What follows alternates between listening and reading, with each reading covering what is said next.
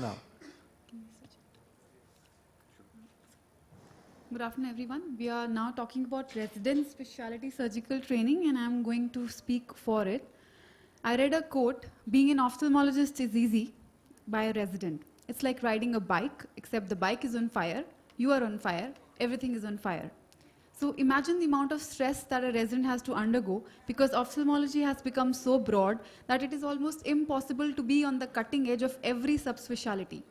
At the end of the 3 years, when we take their exam, we expect them to be an all-rounder, a hero who can dance, who can smile, who can laugh. So they have to be an all-rounder in ophthalmology also. Imagine the amount of stress we are putting on them to have a master or a master of knowledge of surgery of every subspecialty. They are at such crossroads that they actually think, do I need to subspecialize with a fellowship? Could I see myself practicing a career as ophthalmology? What if I want to go back to my rural setting, or I want to practice the flexible comprehensive ophthalmology in a semi-urban setting? Subspecialty training is now the need of the hour. And I propose that we have a microsurgical training curriculum instead of a cataract surgical training program alone. We do not want to produce an MS in retina or a person, a hyper resident who just wants to do cataract surgeries and go away, and we give them an MS in cataract degree. We want to give them an MS in ophthalmology. Previous speakers have very nicely highlighted that in terms of subspecialty training, we must rotate the residents through various subspecialties. Why not rotate them surgically as well? They might not be expected to learn the whole subspecialty procedure, but exposure to subspecialty surgeries will ultimately sharpen their surgical acumen and their hand-eye coordination. I do not want to call them as subspecialties. They are super specialties now. That is how I like to call them. The 2, 3, 4 month rotation that in the so-called super specialties can be over in a blink. Some small procedures like maybe a therapeutic keratoplasty can teach them suturing, which we do not do in the phacoemulsification era. Skill development will be enhanced in any form of surgery and not just cataract surgery alone.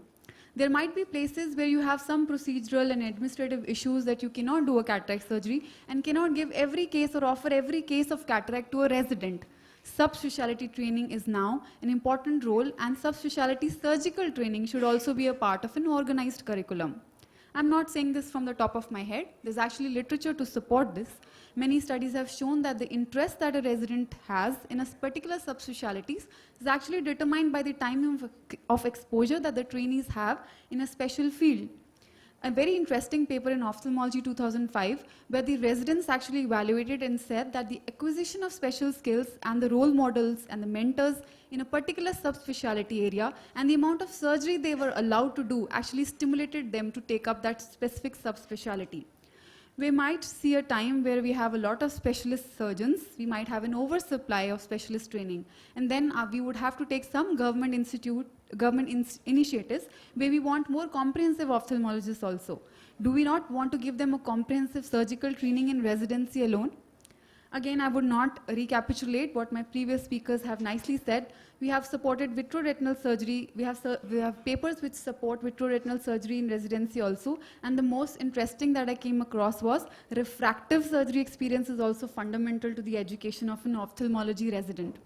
I would like to put some disclaimers when I say that we should do a subspecialty training and not alone.